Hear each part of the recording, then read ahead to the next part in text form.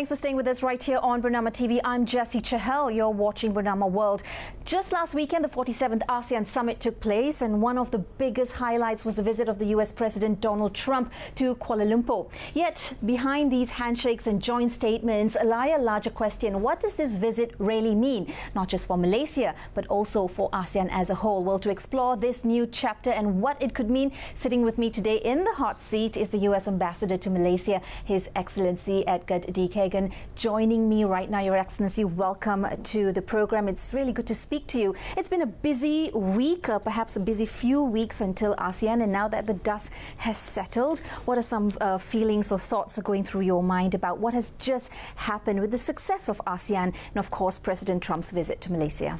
Well, Jessie, thank you so much for having me on the program, and it's great to see you.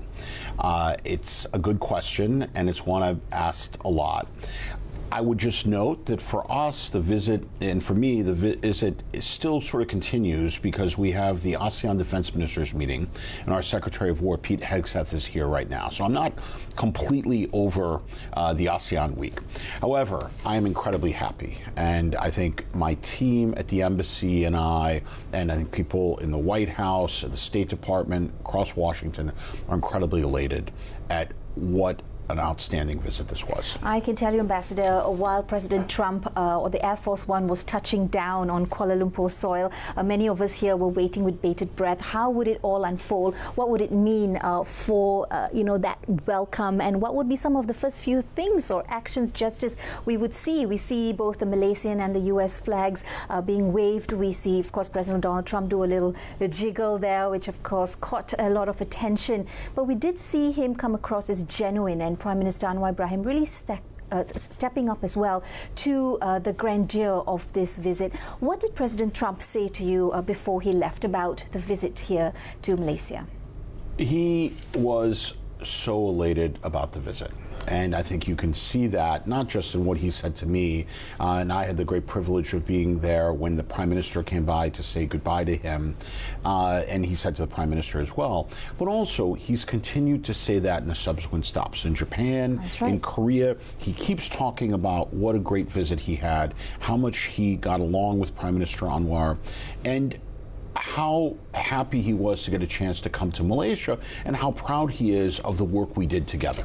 Well, of course, this has given new life or re-energized bilateral optics. But to move away from the optics, the Prime Minister's statement, of course, President Trump's visit, has given light to the fact that it is helping to restore strategic depth of the relations, and that is perhaps after years of some sort of drift. In your view, what truly defines this reset? Is it just symbolism, or does it really reflect substance?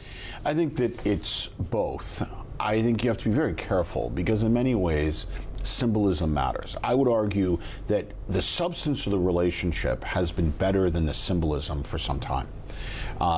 We cooperate and work together and are essential to each other in so many different areas, ranging to trade and investment, ranging from security, ranging from people-to-people ties. The relationship is very broad, it's very deep. However, I think you have to acknowledge that it has been under some strain.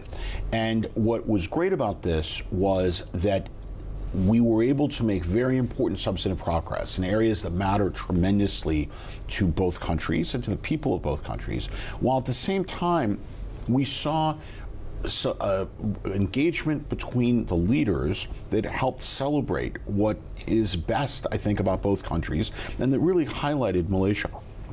So I would argue that, to me, one of the key outcomes in this is that we've seen this resurgence of popular support in Malaysia for the relationship, a resurgence that I think has caught many people by surprise. I would argue that what we're seeing is that there is an incredible warmth and receptivity in Malaysia to this engagement by the President, by the United States. And one examples of that, if you just look at social media, there is an overwhelming majority of social media is positive about the president and about the visit. And that's something that I don't think a lot of people would have expected. Yes, of course, there's still some critics. There's still people who are dissatisfied. But I think that many of them are actually kind of scrambling for footing because they're taken by surprise and a bit taken aback at how overwhelmingly positive the response has been. Perhaps you could clarify that for us a little bit. You mentioned social media and the critics. There has been criticism by some quarters that Malaysia has given in to excessive concessions in the US deals with Malaysia. How do you counter such criticism, and what can you really say to set the record straight? Several things. The first is that the negotiations on, and I think you're referring to the agreement on reciprocal trade, which the leaders signed, the negotiations were very intense. They were very tough. They were very professional. The U.S. side was extremely impressed at the skill of Malaysia's negotiators. And from our perspective, what we see is that Malaysia fought very hard for some key things. So did the U.S. I don't want to suggest that the U.S. isn't very happy with this agreement. We are. We believe that this is good for the United States, but it's good for both countries because we recognize a lopsided agreement isn't viable. It's not where we want to go. What we want to do is rebalance the relationship, make it more equitable, but we want to make it successful for both countries. So what you see is a Malaysian focus on how do we maximize benefits for a number of key areas of the economy. I think it's worth noting there are 1,700 categories of goods which will now enter the U.S. duty-free. And those categories are concentrated in a number of key sectors. So significant focus on rural Malaysians, significant focus on agricultural exports to the U.S. and making it easier for them. Also for the E&E sector and trying to make sure that we're able to continue seeing significant investment by the U.S. into Malaysia and significant trade between our two countries. I think what's fundamental in this is that the basic premise of the relationship for a long time essentially accepted a structural imbalance where the U.S. had a trade deficit with Malaysia that was quite significant and continued to grow over the years. This administration has made very clear they want to change that. And you can disagree with that. You can say, oh, it's unfair. But I don't think that there's a single person who would argue that the U.S. market was as open, or the Malaysian market was as open to the U.S. as the U.S. market was to Malaysia. And the proof of that is the deficit. So what we're doing is something that's going to bring the economies together and bring benefits. I think the government was very, very clear in the importance of trying to bring benefits to rural Malaysians. Mm-hmm. And I find interesting, there's an argument that somehow something that helps rural Malaysians is bad for Malaysia. I think the government had to make decisions. They made the decisions and they made their priorities clear. There is this perception that the U.S. and in its deals has strong-armed Malaysia. How would you like to really say that or paint through a picture of what that is? I reject the premise. I think that the reality is our economy is extremely integrated. It is in the interest of both countries to try and continue that. It's in the interest of the United States to make sure that Malaysia continues to play an important part in U.S. supply chains. And obviously it's important for Malaysia to continue to be part of Western supply chains, many of which are shaped by the U.S. So to me, the important thing is that the U.S. and Malaysia worked on how do we redefine an economic relationship in ways that benefits both countries. Obviously, there are changes. There are critics on those changes, and that's inevitable. I think it is very rare anywhere where you see a trade agreement signed and it's welcomed by an opposition. The nature of trade is that the people who are going to lose know exactly who they are. The people who are going to benefit, usually it takes them a little bit longer to figure it out. And my view is that what you're going to see over the coming months is Malaysians start to realize that there are significant benefits. There are significant benefits for the United States. We've worked very hard to do that. But this is going to work for the benefit of people in both countries. And so, yes, are there critics? Of course, we expect that, and the government expects that. No one thinks that you do a trade agreement without having criticism. How does the U.S. view trying to play sort of a neutral role as well with the country in terms of whether to wear the friendly partner hat or wear that strategic hat in terms of balancing what's happening with China and other parts of the world? I understand the question. I reject the premise.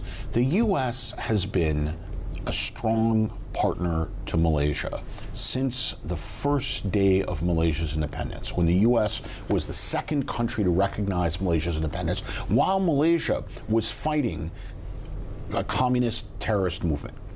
The U.S. has stood by Malaysia during confrontasi. The U.S. has stood by Malaysia as Malaysia has developed. It's been an extremely important economic partner, both in terms of U.S. investment into Malaysia and bilateral trade, and it has been a strong security partner. At the same time, the U.S. believes we have an interest, a strategic interest, in a strong partnership with Malaysia that predates the rise of China.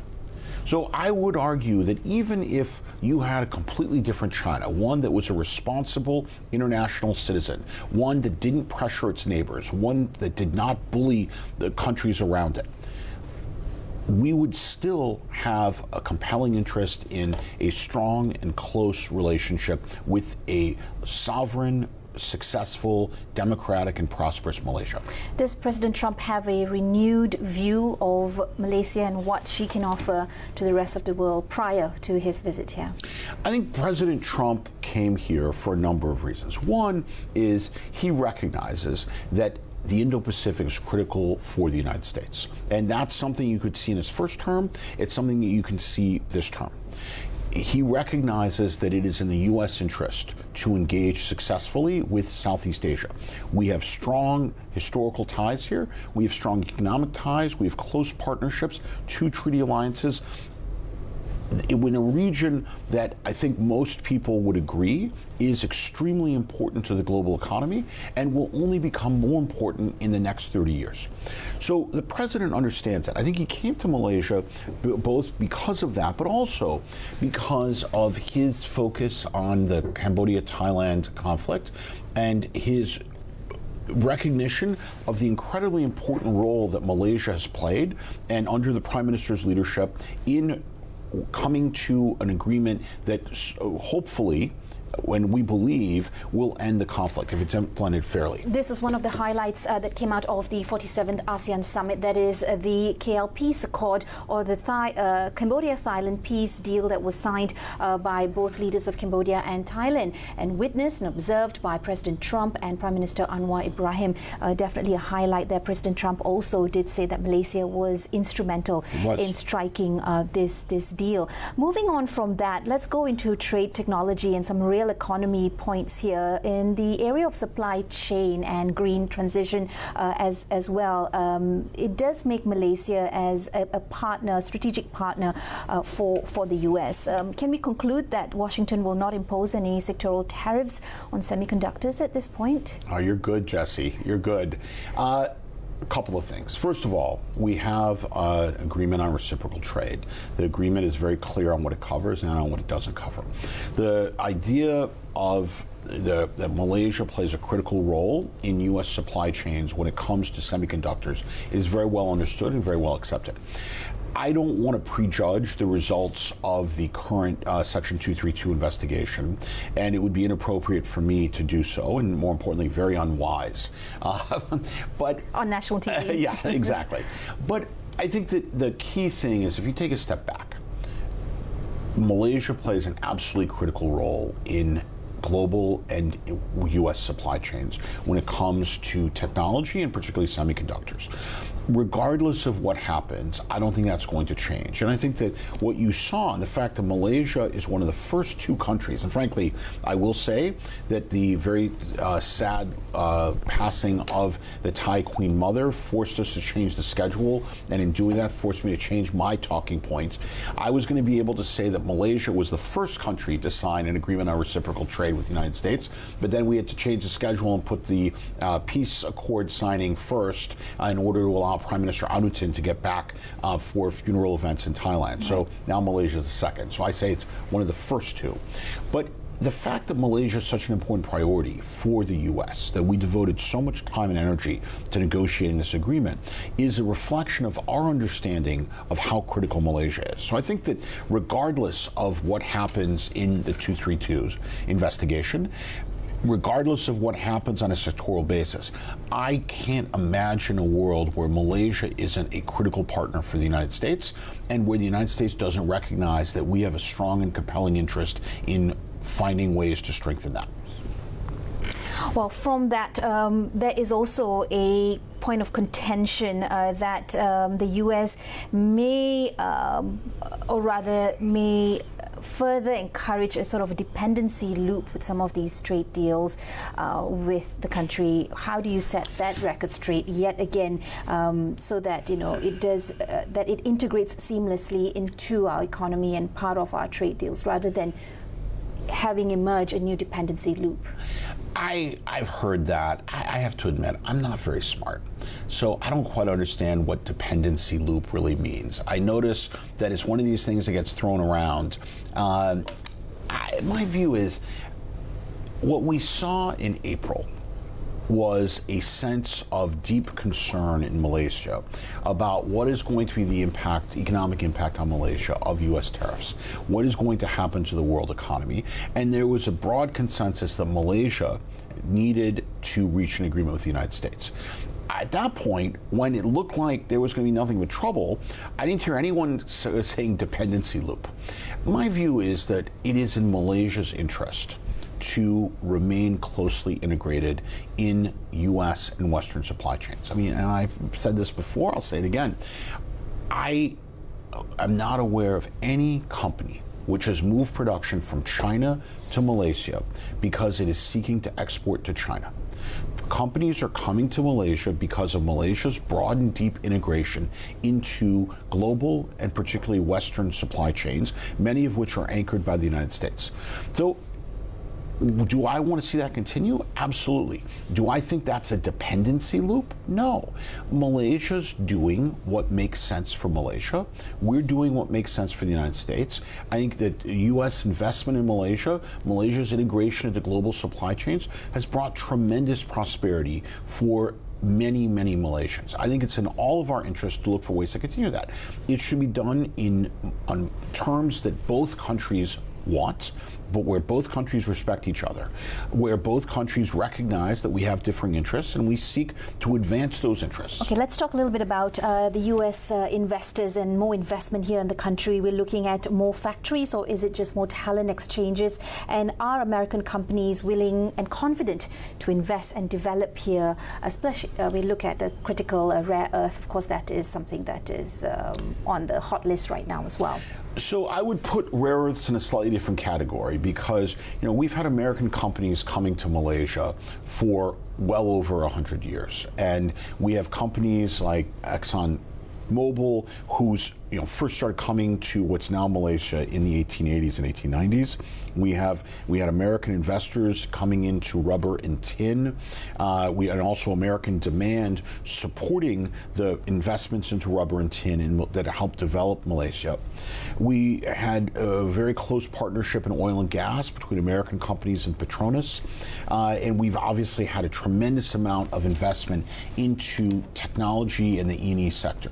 All those things, in our view, have, and certainly in my view, have been something which has led to improved livelihoods in Malaysia.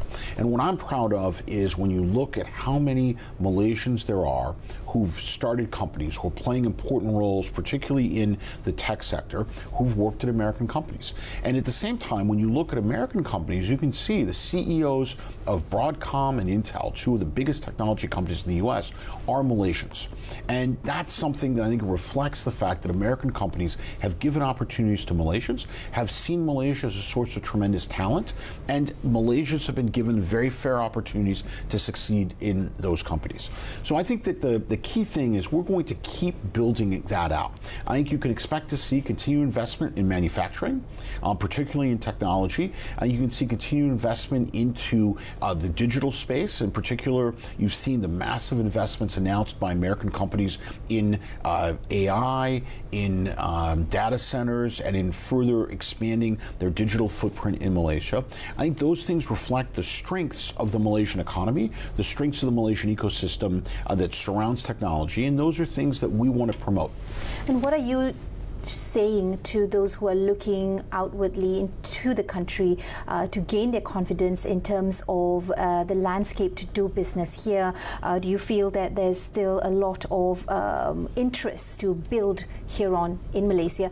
And has the success of ASEAN and Trump's visit somehow also improved the perception of doing business in Malaysia for Americans? I think American companies have long known of the benefits of being in Malaysia. And I think the proof of that is American companies are by far the largest investors in Malaysia, and that's continued in recent years.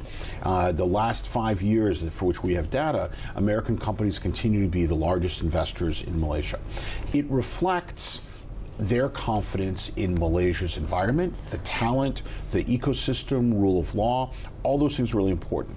My impression, and again, we don't control these companies. You know, I always tease my Chinese counterpart, my good friend Lao Da, Ambassador Ouyang Yujing. When there's Chinese investment in Malaysia, everybody thinks he's responsible. When there's American investment in Malaysia, no one thinks I'm responsible because companies are making their own decisions for their own reasons. And yet, despite that, there is a lot of American investment. There has been a lot of American investment. And now that there's certainty in the form of the Agreement on Reciprocal Trade, I think you can expect to see announcements of further investments, not just by Americans. I think you'll see American companies, but also other international companies that will want to build on the certainty that this creates. How does Trump view ASEAN as a bloc, and the fact that Malaysia is interested to join BRICS as well? Does that go against some sort of understanding between Malaysia and the US?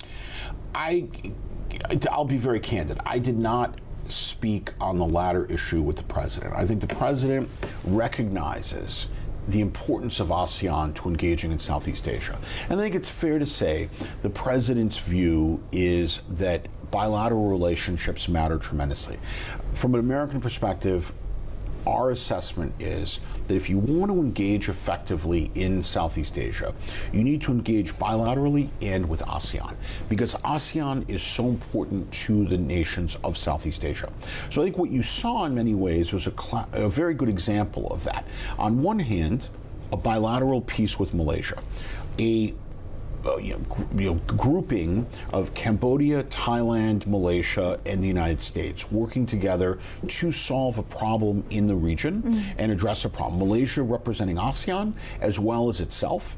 The U.S. obviously representing U.S. interests, which are in favor of peace and stability in the region.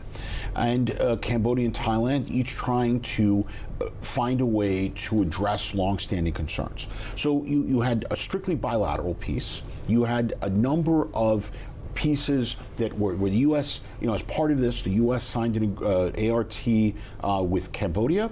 We signed a critical minerals MOU with Thailand. There were also some announcements with other countries. And then at the same time, the president engaged with ASEAN collectively, with all 11, now, or with 10 leaders, and then Myanmar. And also one thing I would say that I think the president noticed that was very moving was the fact that when Timor-Leste became a member of ASEAN, you had President Prabowo on one side, and you had President Gusmao, or Prime Minister Gusmao on the other side. And I think that that is very, very powerful in terms of signaling both reconciliation and a desire to move forward to advance the interests of both countries and the entire region. We'll definitely need you here on the seat longer for the array of questions I have. I want to very quickly touch on the IPEF, or that is the Indo-Pacific Economic Framework. Does that still remain relevant? Look, I don't know. I think the president during the campaign was critical. I've seen nothing from the administration, so my assessment would be no. But I don't know that for sure. And so, but I think the broader thing is the underlying principle that the U.S. needs to engage economically with the region is very well understood. And what you've seen is two ARTs that I would note, if you asked people a year ago, what would be the first two countries to sign serious trade agreements with the United States in Southeast Asia, I'm not sure a lot of people would have picked Cambodia and Malaysia. And I think it reflects the fact that in both countries there is a desire to improve the relationship and a recognition that it's necessary and valuable for their peoples. Is Malaysia serving as sort of a blueprint, a testing ground for doing business with ASEAN or in Asia, moving on to Vietnam and Cambodia and the rest of the ASEAN countries? I don't think so. My view is we recognize there are vast differences between countries in Southeast Asia. That the situation of Vietnam, situation in Philippines, in Indonesia, in Brunei, Thailand, Malaysia, Cambodia, Laos, very, very different from each other. So I don't think that we have the idea that there is a one-size-fits-all blueprint. I think that what you can see is a recognition, in fact, of quite the opposite, which is with each country, we want to find ways to engage that strengthen the existing security relationships, that strengthen the economic relationships, and strengthen the people-to-people relationships. And I would just note that in Malaysia, before the president arrived, but in part because of the pressure of his visit, we signed a renewal of the agreement that created the Malaysian-American Commission on Educational Exchanges, which basically governs the Fulbright program. We saw a significant increase in Malaysia's contribution, recognizing the fact that where Malaysia used to be when this was created in the 60s is very different from where Malaysia is now, and that it is in the interest of both countries to promote educational exchanges. So I think that you see that we're trying to come up with models that fit each relationship while advancing the broader proposition that the U.S. has a tremendous set of interests in the Indo-Pacific and in Southeast Asia. Well, thank you, Ambassador, for your time. Of course, time has flown by, much more left to discuss, and we hope to bring the Ambassador back into the studio for more discussions. Now, don't forget to visit Bernama.com and follow us on our social media channels on YouTube, X, Instagram, and Facebook for the latest in news and conversations. This has been The World on Bernama TV. I'm Jessie Chahal. Thanks for watching. Thank you, Jessie. Thank you very much. It was an honor and a pleasure.